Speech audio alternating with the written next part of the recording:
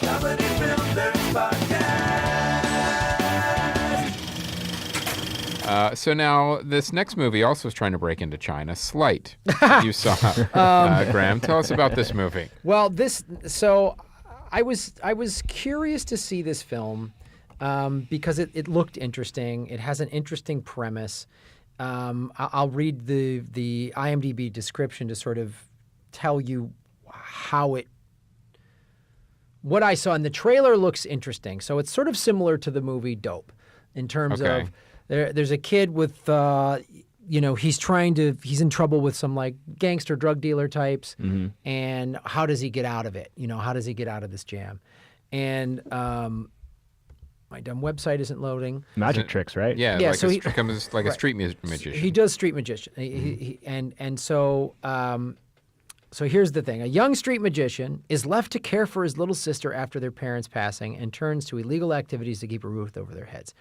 Then he gets in too deep, and how does he get out of it? Mm-hmm. So and the trailer, I was like, oh, this is cool. And the trailer kind of, is he just a really good magician? Does he have powers? Like, we don't know. The movie is really just, we were talking about it before the show. It's like Dope Light. It's just, Dope is a really good movie, I think. And I highly recommend people seeing that. That and is a great movie. This just missed it on Missed a the lot of mark a little levels. bit. They're just the writing and the acting wasn't as solid, and it didn't feel as believable in certain parts of it, and it just kind of, the lead guy did a decent job. The director, this guy J.D. Dillard, so he's directed, some TV shows, some short films. So this is his first ever feature film, and Did it feel like a first-time feature? it did feel like a first time feature. And there were some okay moments to it. There was, he did the thing that was crazy was this. The It rights. says it's his second feature film. Well, he did. Yeah, I guess he did Judy Goose, Judy Goose. in 2006. So everything else. But what I find interesting is that the rights to the film were purchased by WWE. Well, that was the craziest thing. I'm watching the opening credits and I see the WWE, and then I see Blumhouse Films, which does a lot of Low-budget horror. low budget horror, and I was like, what's this going to be? And I thought this was going to be this sort of John Cena's going to be in here somewhere. right. There's got to be a wrestler in here, but it just kept missing the mark, and the pacing was really slow, and there was some cool stuff at the end, but you sort of, without giving it away, a bunch of stuff is introduced, and you're like, okay, let's get into it. Let's do it. And then it takes a really long time to get there, and you're like, and so I don't know, the Dule Hill plays the sort of drug kingpin. So he was from The West Wing. And he plays a really interesting version of a gang guy. He's super smart. He's super articulate. He's very calm businessman, but make no mistake, he's an evil dude. And so that was kind of cool to see him, because he always usually plays the kind of aw shucks type of guy, So to see him play this, I thought was cool.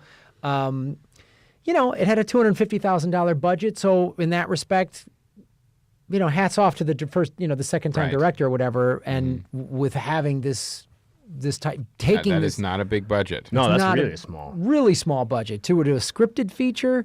So considering what he did with that little amount of money, there are some cool things to it. It's not a breakout film like Dope was. Right. So you kind of watch it and you go, all right, let's see what he does next. And where will this young cast, the lead on it, Jacob Lattimore, where's he going to go? Yeah, how was So- he? He was decent. Like Yeah. Jacob. So the lead, he does a good job of this kid in this dilemma. He's a highly intelligent. So they introduced the movie very quickly. He's like a science honor student, up for a scholarship. Mother passes away, and here we are. He has to do street magic to survive, to take care of his sister. So that's introduced very quickly, and he does a good job of trying to do the best thing. He's a smart, sharp kid. He's in this jam, and sort of the rationalizations of these mistakes that he's making and how to get himself out of it. And so I think he could, he has the potential to do more. The girlfriend was okay, but like there was just a lot of like wanting more for me that didn't happen. So we'll see. Okay. All right. So check it out. Maybe on demand or on DVD or something on like an airplane. Something yeah, like that. See it on an airplane. See it on one of your streaming services.